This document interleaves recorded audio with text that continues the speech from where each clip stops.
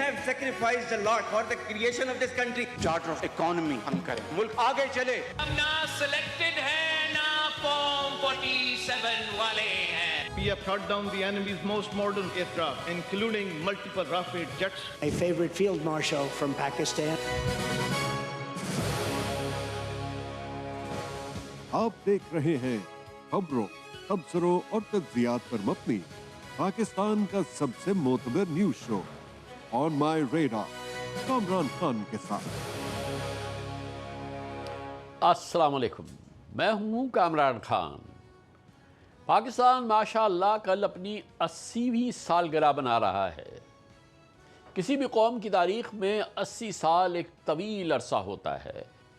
یہ وہ موقع ہے جب ایک قوم صرف اپنی کامیابیوں کا جشن نہیں مناتی بلکہ رک کر یہ بھی سوچتی ہے کہ وہ کہاں سے چلی تھی اور اسے کہاں پہنچنا تھا اور آج وہ کہاں کھڑی ہے. بابائے قوم محمد علی جناح نے گورننس کا بنیادی فلسفہ بیان کرتے ہوئے فرمایا تھا، اگر ہم اس عظیم مملکت پاکستان کو خوشحال بنانا چاہتے ہیں تو ہمیں اپنا پورا فوکس عوام اور بالخصوص غریب طبقے کی فلاح و بہبود پر مرکز کرنا ہوگا، کیونکہ یہی ریاست کی اصل طاقت ہے. لیکن 80 سال کے بعد ایک بنیادی سوال آج بھی ہمارے سامنے ہے کہ کیا پاکستان کا نظام حکمرانی عام شہری تک اس انداز میں پہنچ سکا جس کا خواب پاکستان نے دیکھا. آج 25 کروڑ سے زائد پاکستانیوں کی قسمت اور اختیارات پر صرف 4 صوبوں کی اجارہ داری ہے. جی ہاں، یہی وجہ ہے کہ کوئی باشعور پاکستانی اختیارات کی تقسیم یا نئے انتظامی یونٹس کا مخالف نہیں ہو سکتا. نہ ہی کوئی باشعور پاکستانی ایسے صوبوں کا حامی ہو سکتا ہے جو آبادی اور رقبے کے اعتبار سے بہت سارے ملکوں سے بھی بڑے بڑے ہیں. مگر تلخ حقیقت یہ ہے کہ پاکستان دنیا کی ان ممالک میں شامل ہے جہاں آبادی اور رقبے کے لحاظ سے ایڈمنسٹریٹو یونٹس بہت بڑے ہیں. اسی لیے اختیارات اور فیصلہ سازی آج بھی بڑی حد تک مرکز اور صوبائی دارالحکومتوں کے چند افراد کے گرد گھومتی رہتی ہے. نتیجہ یہ ہے کہ ایک عام پاکستانی شہری کے لیے حکومت تک رسائی انتہائی مشکل ہے. وزیر داخلہ محسن نقوی اور D G I S P R کے اس موقف کے بعد کہ بہتر گورننس کے لیے نئے صوبوں، انتظامی یونٹس یا بڑے پیمانے پر ریفارمز کی ضرورت ہے، سیاسی جماعتیں، ماہرین اور تجزیہ کاروں کے درمیان ایک نئی بحث جاری ہے. سوال یہ ہے کہ کیا پاکستان کے موجودہ انتظامی ڈھانچے میں مزید صوبے بنانا ہی مسائل کا حل ہے، یا پھر اصل ضرورت اختیارات کو نچلی سطح تک منتقل کرنے، مضبوط لوکل گورنمنٹ نظام اور انسٹیٹیوشنل ریفارمز کی ہے. ایک طرف نئے صوبوں کے حامیوں کا موقف ہے کہ بڑے صوبوں میں آبادی، رقبے اور انتظامی مسائل کے باعث عوامی مسائل کا بر وقت حل ممکن نہیں، اسی لیے چھوٹے اور زیادہ مؤثر انتظامی یونٹس بنانے چاہیے. دوسری جانب ناقدین کہتے ہیں کہ صرف صوبوں کی تعداد بڑھانے سے گورننس کے مسائل حل نہیں ہوں گے، بلکہ اصل مسئلہ آئینی اختیارات، اداروں کی کارکردگی اور مقامی حکومتوں کو با اختیار بنانے کا ہے. اس وقت پاکستان میں یہ بحث 3 بڑے نکات کے گرد گھوم رہی ہے. پہلا نقطہ یہ ہے کہ کیا نئے صوبے بننے چاہیے. دوسرا پوائنٹ یہ ہے کہ اگر نئے صوبے نہیں بنے تو کیا چھوٹے انتظامی یونٹس قائم کیے جائیں. اور تیسرا سوال یہ اٹھتا ہے کہ کیا آئین کے آرٹیکل 140A کے تحت مقامی حکومتوں کو حقیقی، مالی اور کلی انتظامی اختیارات دے کے گورننس بہتر بنائی جا سکتی ہے. آج کے اس خصوصی پروگرام میں ہم جائزہ لیں گے کہ حکومت کا موقف کیا ہے، اپوزیشن اس تجویز کو کیسے دیکھ رہی ہے، عوام کی رائے کیا ہے، اور آئینی اور انتظامی ماہرین پاکستان کے بہتر مستقبل کے لیے کون سا راستہ تجویز کر رہے ہیں. لیکن اس بہت اہم قومی بحث میں آگے بڑھنے سے پہلے یہ سمجھنا ضروری ہے کہ آخر موجودہ انتظامی نظام میں وہ بنیادی خامیاں کیا ہیں جنہوں نے گورننس کے بحران کو جنم دیا.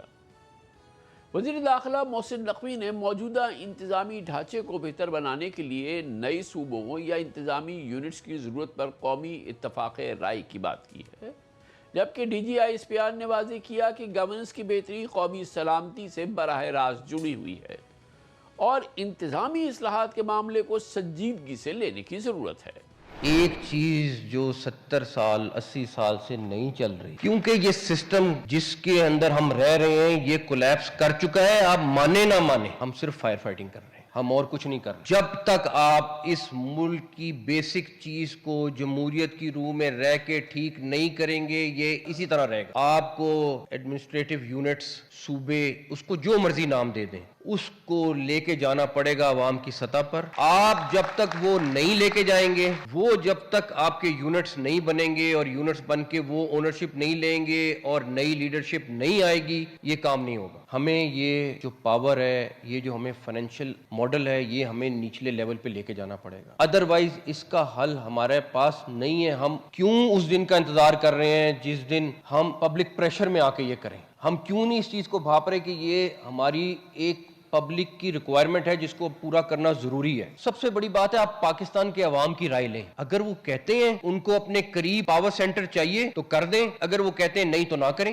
Good governance is key to security and stability of Pakistan. اس کے بغیر آپ کی معاملات جو ہیں وہ حل نہیں ہو سکتے. Good governance is quintessential for Pakistan. Now how to get that good governance, that is for the politicians and the political parties to decide. But if you ask us, yes, there has to be serious discussion because یہ سارے مسئلے حل نہیں ہو رہے ہیں. تو that means کہ good governance کے لیے کچھ کرنا پڑے گا. اگر good governance کا مطلب یہ ہے کہ 1972 میں کچھ 6.5 یا 7 کروڑ میکسیمم آبادی تھی پاکستان کی, اس وقت 4 صوبے تھے, آج ہم 25 کے اوپر ہیں. تو اگر اب آپ کی آبادی 3 سے 4 گنا بڑھ گئی اور وہی 4 صوبے ہیں, تو we have to see کہ is it serving good governance, and if that good governance requires an administrative reset, then let that be happen. If that good governance requires a changes, then let that be happen. But it has to be done through the constitutional method, through the legal method, and through the political representatives, but surely as per the will of the people of Pakistan. ARY news کی جانب سے حالیہ دنوں میں social media کے مختلف plate forms پہ کیے گئے سروے کے مطابق پاکستان میں نئے صوبوں کے قیام کی حمایت میں بڑی اکثریت سامنے آئی ہے. اس سروے کے نتائج کے مطابق تقریباً 81% لوگوں نے نئے صوبے بنانے کے حق میں رائے دی, جبکہ 19% نے مخالفت کی ہے. یہ نتیجہ ظاہر کرتا ہے کہ عوام کی ایک بہت بڑی اکثریت نہ صرف یہ کہ صوبوں کے قیام کو گورننس بہتر بنانے کے ایک ممکنہ حل کے طور پر دیکھتی ہے, لیکن سوشل میڈیا پر سامنے والی رائے ہی پوری تصویر نہیں. ہم نے اس بحث کو سوشل میڈیا سے باہر نکل کے گراؤنڈ پر جانچنے کی کوشش کی ہے. پاکستان کے مختلف بڑے شہروں میں طول و عرض میں ہم نے براہ راست عوام سے ان کی رائے پوچھی. عوام کے سامنے بنیادی طور پہ 3 سوالات رکھے. پہلا یہ کہ کیا پاکستان میں نئے صوبے بننے چاہیے. دوسرا یہ کہ اگر نئے صوبے نہیں بنتے تو کیا نئے ایڈمنسٹریٹو یونٹس قائم کر دیے جائیں. اور تیسرا سوال یہ کہ کیا موجودہ لوکل گورنمنٹ سسٹم کو بھرپور مزید اختیارات دے کے کلی امپاور کر دیا جائے. ان تمام سوالات پر مختلف شہروں میں عوام کی کیا رائے سامنے آئی, آئیے ہم اور آپ سنتے ہیں خود عوام کی زبان میں. صوبے بننے سے اگر مسئلے مسائل حل ہوتے ہیں اور یونٹی ہوتی ہے اور محبت قائم ہوتی ہے پاکستانی عوام کے درمیان ایک دوسرے کے لیے دلوں میں, تو بالکل بننے چاہیے. ایڈمنسٹریٹو یونٹ ہو یا نئے صوبے ہو, ٹوٹلی جو بیسک اسٹرکچر ہے پاکستان ان کے خلاف ہی. لوگ یہ سمجھتے ہیں کہ جابز بڑھیں گی, ویکینسیز آئیں گی, ریسورسز بڑھیں گے, تو دیٹس وائی کہ بہتر ہے بننا چاہیے. بالکل بننے چاہیے. یہ تو ابھی لیٹ ہو گئے. میں تو سمجھتا ہوں پچھلے اگر آپ 10 ہسٹری اٹھائیں گے تو یہ 10 سال پہلے بننے چاہیے تھے. بالکل بننے چاہیے. اور جہاں تک کراچی کے حوالے سے اگر کہیں تو کراچی کو اگر سینٹرل گورنمنٹ ایکوائر کرتی ہے جیسے پہلے تھا تو کراچی کے لیے تو بہت بہتر ہوگا. یہ ابھی حکومت کی مرضی ہے, بنا سکتے ہیں تو اچھی بات ہے, بن جائے تو اچھی بات ہے. ہر بندہ کہہ رہا ہے ہمیں صوبہ چاہیے. مختلف صوبے بنیں گے اور مختلف آئی جی لگیں گے, مختلف سی ایم لگیں گے, مختلف چیف سیکرٹری لگیں گے, مختلف اسمبلیاں بنیں گی, مختلف نئی کورٹس بنیں گے, مختلف جج آئیں گے, تو یہ اخراجات بڑھیں گے. موجودہ جو حالات ہیں اور ہمارے ملک کی آبادی جب 25 کروڑ تک پہنچ چکی ہے, وہاں صرف 4 صوبے ہیں, تو یہ بہت ہی انتظامی معاملات میں گڑبڑ ہے. اس کی میرے خیال ہے صوبے بننے چاہیے. صوبے لسانیت کی بنیاد پہ نہ ہو, انتظامی بنیادوں پہ صوبے قائم ہو. یہ نئے صوبے اصل میں بننے چاہیے. 4 صوبے بنے ہوئے, 4 صوبے سے 10 صوبے بن جائے, 12 صوبے بن جائے, اس کو فرق تو نہیں پڑتا ہے. لوگوں کو وسائل جو ان کی دہلیز پر آئیں گے انشاءاللہ. کراچی میں جو اس طریقے کے حالات ہیں, جس طریقے سے دیکھا جا رہا ہے کام کے حساب سے, تو اس طریقے سے بننا چاہیے صوبہ. صوبہ ہونا چاہیے. باہر ممالک کا آپ دیکھیں کہ تھوڑے تھوڑے اس میں بھی وہ لوگ اپنے پروونسز ڈیوائڈ کر دیتے ہیں, ان کی سٹی ڈیوائڈ. ہمارے یہاں ماشاءاللہ کراچی کی آبادی آپ دیکھیں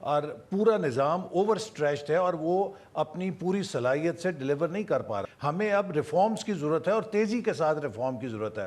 صوبے بہت مرکزیت کے ساتھ اس وقت ٹاپ ہیوی ہو چکے ہیں. اب آپ دیکھیے عملاً اگر آپ سندھ کے صوبے کو دیکھیں تو گھوٹکی سے لے کے بدین یا کراچی تک آپ کراچی سے بیٹھ کے چلائیں گے تو ناممکن ہے. اسی طرح اٹک سے بیٹھ کے راجن پور تک پنجاب کو لاہور سے چلایا جائے گا, ناممکن ہے. ڈیرہ اسماعیل خان سے لے کر چترال تک اگر آپ پشاور سے چلانے کی کوشش کریں گے, ناممکن ہے. اور اسی طرح مکران کی ساحل سے لے کے قلعہ سیف اللہ تک یا ذوب تک ہم صوبہ بلوچستان کو چلانے کی کوشش کریں کوئٹہ سے, تو وہ نہیں چل سکتا. تو اب اس کے دو ہی راستے ہیں. ایک راستہ تو یہ ہے کہ اگر کسی طرح جو آئینی طور پہ طریقہ دیا گیا اس میں صوبے مزید بنانے میں کوئی گنجل ہو, تو اس کا ایک راستہ تو یہ ہے کہ 160 جو پاکستان کے اضلاع ہیں ان میں امپاورڈ فلی ڈیوالوڈ ڈسٹرکٹ لوکل گورنمنٹس ہوں جن کے ذریعے سروس ڈیلیوری کو لوگوں کی دہلیز تک لے کے جایا جا سکے. اور اگر یہ ممکن نہیں ہے تو پھر میرے خیال میں, میرے نزدیک میں کوئی اور چارہ نہیں ہے کہ سوائے یہ کہ ہم 15-18 انتظامی یونٹ یا نئے صوبوں کی صورت میں تشکیل دیں جو کہ مینیجیبل ہوں. بڑے بڑے صوبے جو ہیں آپ ڈی جی خان سے سٹارٹ ہو کے جو ہے اٹک تک جائیں, یا آپ کراچی سے سٹارٹ ہو کے جو ہے وہ نارتھ سندھ میں آئیں. 2 لارج ایڈمنسٹریٹو یونٹس جو ہیں, یہ ایکچولی کراچی اور گوادر جو ہے نا یہ فیڈریشن کا حصہ ہونا چاہیے, یہ فیڈرل ایریاز ہونا چاہیے, یہ صوبوں میں نہیں ہونا چاہیے. ہاں, مگر حکومت کی اہم اتحادی جماعت پیپلز پارٹی پنجاب یا کے پی میں تو نئے صوبوں یا انتظامی یونٹس کی حمایت کرتی ہے, لیکن سندھ میں ایسی کسی تقسیم کو کسی صورت قبول کرنے کو تیار نہیں. حالیہ عوامی بحث کے بعد پہلی بار اپنا رد عمل دیتے ہوئے بلاول بھٹو زرداری نے کہا کہ نئے صوبے یا انتظامی یونٹس بنانے کا فیصلہ بند کمروں میں نہیں بلکہ عوام کی رضامندی سے ہونا چاہیے. ان کے مطابق جو ملک اپنے ہی وزیر اعظم کو مکمل اختیارات دینے کے لیے تیار نہیں, وہ نئے صوبوں یا انتظامی یونٹس یا مقامی حکومتوں کو خود مختاری دینے کی بات سنجیدگی سے کیسے کر سکتا ہے. نئی صوبوں کی جو بحث ہے, کوئی بھی سیاسی موقف, جو سیاسی بات چیت, جو عوام کا مطالبہ, کسی خاص شخص کی نہیں, کسی خاص کمرہ میں بیٹھے ہوئے لوگ نہیں, جو عوام کا مطالبہ ہوں, آج سے لکھ دو میں عوام کے ساتھ. اگر یہ آپ کا فیصلہ ہو, کشمیر کا فیصلہ ہو, گلگت بلتستان کا اپنا فیصلہ ہو, پنجاب کا اپنا فیصلہ ہو, جہاں بھی عوام کا فیصلہ کے ساتھ پاکستان پیپلز پارٹی عوام کا فیصلہ کے ساتھ دے, مگر ساتھ ساتھ جو عوام کا فیصلہ نہیں ہے یہ امید نہ رکھے کہ پاکستان پیپلز پارٹی عوام کے خلاف جا سکے. یہ نہ تاریخ میں ہم نے کیا ہے, نہ آج کر سکتے ہیں, نہ آنے والے کل کا بھی کریں. جو ملک اپنا وزیر اعظم کو اختیار دینے کے لیے تیار نہیں, وہ کون سا بلدیاتی نظام کا یا میئر کا یا انتظامی یونٹ کا یا صوبہ کا اختیار کے بات کر سکتے. جو ملک اپنے عوام پہ بھروسہ نہ کرے, وہ کیا امید رکھے کہ وہ عوام ان پہ بھروسہ کرے. بلاول بھٹو زرداری نے نئے صوبوں اور انتظامی یونٹس کے قیام کے لیے عوام کی رضامندی کو ضرور قرار دیا ہے, لیکن یہاں ایک سوال خود ان کی جماعت اور صوبائی حکومت کے حوالے سے بھی بار بار اٹھتا ہے. کیا ان کے اپنے صوبے میں مقامی حکومتیں اتنی با اختیار ہیں, اختیارات اور وسائل کی نچلی سطح تک منتقل ہو چکے ہیں؟ اس حوالے سے پیپلز پارٹی پنجاب کے سینئر رہنما قمر زمان کائرہ خود تسلیم کرتے ہیں کہ صوبوں نے زیادہ تر اختیارات اپنے پاس رکھے ہوئے ہیں اور خود بادشاہ بنے بیٹھے ہیں. کائرہ صاحب کے مطابق صوبوں کو ملنے والے مالی وسائل بھی مقامی حکومتوں تک مطلوبہ لیولز تک منتقل نہیں ہوئے ہیں, اور پروونشل فائنانس کمیشن کے ذریعے وسائل کی تقسیم بھی ایک بہت بڑا مسئلہ ہے.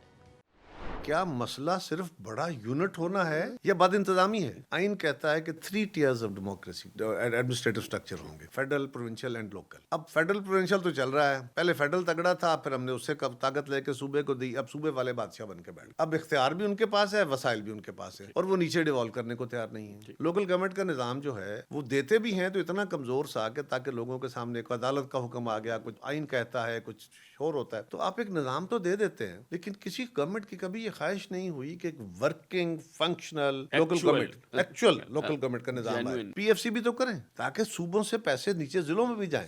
یہاں چیف منسٹر ہے یا جو بھی وہ جو بیٹھا ہوتا ہے وہ بادشاہوں کی طرح پیسے بانٹتا ہے.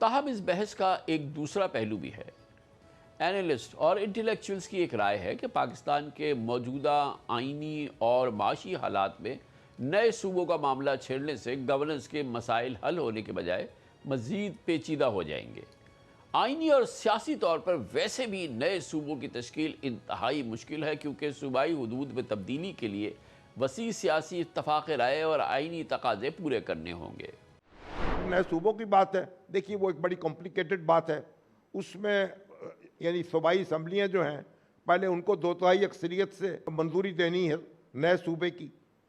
مجھ سے پنجاب، میری گھٹی میں پڑا ہوا ایک لفظ پنجابی، سندھی، اب اگر آپ مجھ سے چھینیں گے نا تو اس کے سائیکولوجیکل مسائل تو ہوں گے۔ آج ہم جن حالات میں ہیں ان میں اگر کنسنسس ہو جائے تو پھر یہ ہو سکتا ہے کہ آپ پنجاب میں جو صوبے بنائیں تو پنجاب 1، پنجاب 2، پنجاب 3، پنجاب 4 رکھ دیں، سندھ میں سندھ 1، سندھ 2، سندھ 3 رکھ دیں۔ کوئی سائیکولوجیکل جو ہماری ایک وابستگی ہے، اگر مجھ سے کوئی لفظ پنجاب چھین لے گا نا تو مجھے کافی تکلیف ہوگی اور لوگوں کو بھی بہت ہوگی، اور یہ سارا پروگرام دورے کا دورہ رہ جائے۔ پاکستان کا سسٹم جو ہے وہ کلیپس کر گیا ہے اور ہمیں ایک نئے سسٹم کی ضرورت ہے۔ اس میں تو میرا نہیں خیال کہ کوئی دو بڑی رائے ہیں۔ اب دوسرا حصہ ان کے بیان کا جو ہے جس کے اوپر زیادہ بحث ہے وہ یہ ہے کہ نئے صوبے بننے چاہیے۔ اب یہاں پر ایک کنٹروورسی جو ہے وہ ہے کہ ہماری ایک سائیکولوجیکل وجوہات ہیں یا جو بھی اور بھی ہماری ایک تاریخی ایک ہمارا جڑا ہوا ہے، ہمارا ایک ذہنی طور پہ ہم جڑے ہوئے ہیں، اس وجہ سے مشکلات ہیں۔ جہاں تک یہ سوال ہے کہ نئے صوبے بنا کے اور ڈھیر سارے صوبے بنا کے آپ مسئلے کا حل کر سکتے ہیں، تو میرا سوال یہ ہے کہ یہ بڑی پرانی ڈیبیٹ ہے۔ قومی حکومت بنائی جائے جس پہ 4 سال 5 سال چلے، ساری جماعتیں اکٹھی ہو جائیں، یا چھوٹے یونٹ بنا دیے جائیں۔ کیا بڑے اور چھوٹے یونٹ مسئلہ ہے یا بد انتظامی مسئلہ ہے؟ ہندوستان کے اندر ہم سے بھی بڑے صوبے چل رہے ہیں، نہ ہم نے فیڈرل کو پراپر چلایا ہے، نہ ہم نے صوبوں کو پراپر چلایا ہے نظام کو۔ لوکل گورنمنٹ تو ہم بننے ہی نہیں دیتے، اگر بنتا ہے تو چلنے نہیں دیتے۔ تو جو عوام تک رسائی کے لیے چھوٹے یونٹ بنانا مقصود ہے، اس کا علاج تو آئین نے دیا ہوا ہے۔ پہلے کیا ہم نے وہ طریقہ کار اڈاپٹ کر کے ہم نے وہ ایکسرسائز کر لی ہے اور وہ ڈیلیور نہیں کر سکا، تو پھر ہم کوئی سوچیں کہ ہاں نئے نظام کی طرف بات کرنی چاہیے۔ ناقدین کا کہنا ہے کہ اگر موجودہ صوبائی حکومتیں اپنے پاس موجود اختیارات اور وسائل ہی نچلی سطح تک پہنچا دیں تو صرف نئی صوبائی سرحدیں کھینچنے سے عام شہری کی زندگی میں بنیادی تبدیلی کیسے آئے گی؟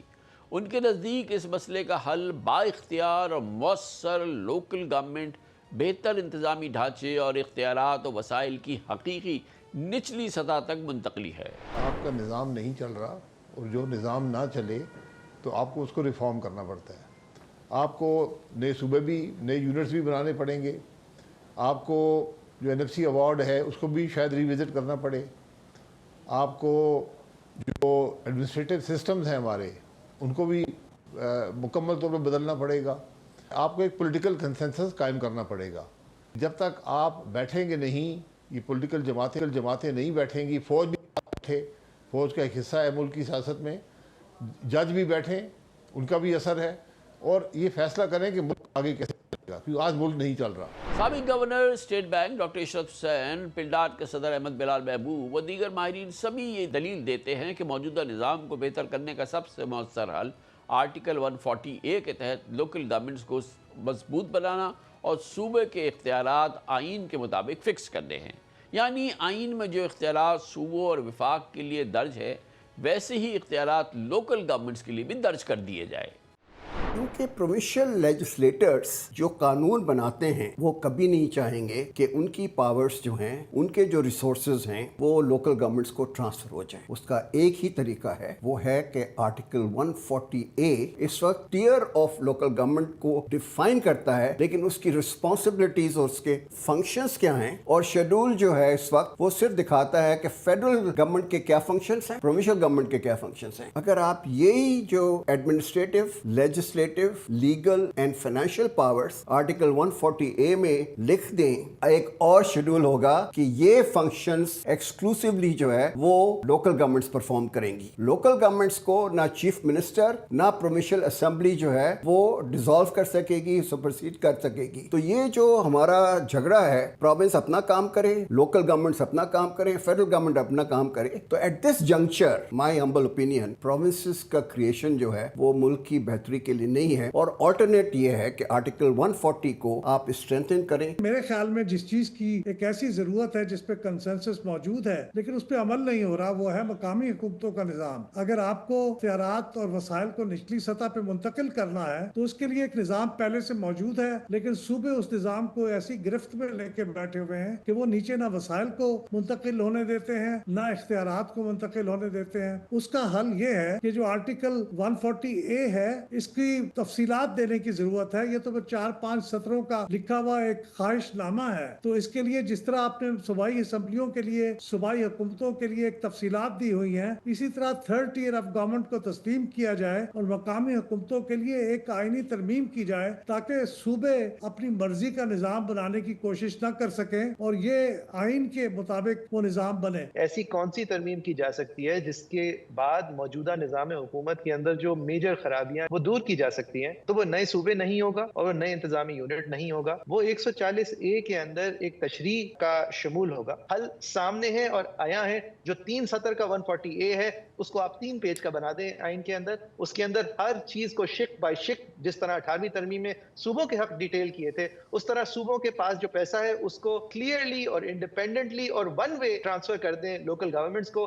تاکہ یہ آئندہ صوبے کے پاس پھر کوئی حق نہ ہو اس جوری میں ہاتھ ڈالنے کا. پروونس کے پاس جو اختیارات ہیں اور جو پروونسز کے پاس اس وقت پیسہ ہے وہ نہیں ہونا چاہیے. اسی طرح جب یونین کاؤنسلز ہوں گے, فعال ہوں گے اور ایک ہیلتھی کمپٹیشن ہوگی بٹوین یونین کاؤنسل, تو خود ساختہ طور پہ فطری طور پہ یہ انتظامی یونٹس بن جائیں گے. سندھ اور پنجاب اور پختونخوا اور بلوچستان یہ سارے نام ایک سیریمونیل طریقے کے رہ جائیں گے. ایک آئینی ترمیم کیجئے, 3 حصے اس کے اندر ہو. ایک وسائل کیسے آئیں گے, مقامی حکومت NFC ایوارڈ کے اندر لکھا ہو کہ کتنا فیصد ان کے پاس آئے گا اور وہ کیا فارمولا ہے جس کی بنیاد پہ مقامی حکومتوں میں وہ تقسیم کیا جائے گا. دوسرا حصہ اس کا آپ نے یہ کرنا ہے, وہ کون سے اختیارات ہیں آئین کے اندر شیڈیول چاہیے, کون سے اختیارات ہیں. یہ نہ ہو کہ جس دن سندھ حکومت چاہے تو وہ بلڈنگ کنٹرول بھی اپنے کنٹرول میں لے لے, کراچی سے اٹھا کے وہ پروونس کے اوپر لے جائے اور اسی طریقے سے ایک ادارے کے بعد دوسرے کے بعد تیسرا جو ہے پروونشلائز کرتی جائے. آئین کے اندر لکھا ہو کون سے اختیارات ہیں. آخری چیز جو ہے وہ ٹینر کی پروٹیکشن ہے. جب مقامی حکومتوں پہ آتے ہیں تو صوبائی وزیر اعلیٰ کے پاس کل اختیار ہے, جس دن چاہے فارغ کر دے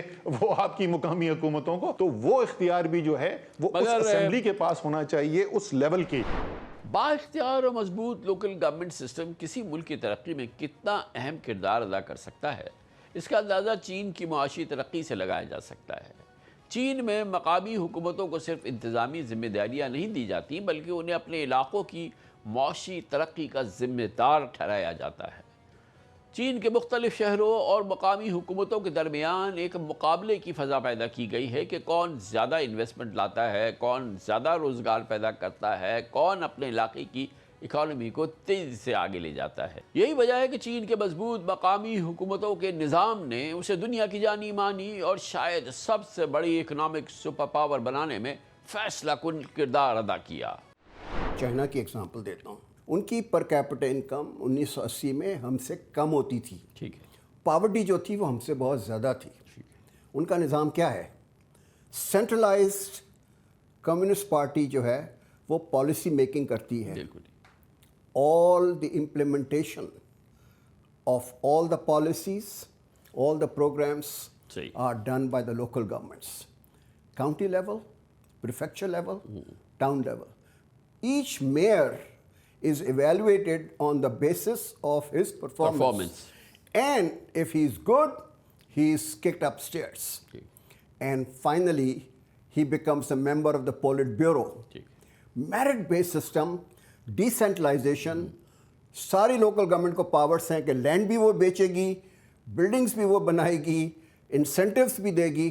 سو there is a competition between the provinces کہ ہم کتنا اٹریکٹ کریں لوگوں کو اپنے پروونس میں تاکہ یہ بزنس جو ہے بڑھا سکیں. مجموعی طور پہ چین کے اندر تمام حکومتی نظام جو ہے وہ جو ریونیو اکٹھا کرتا ہے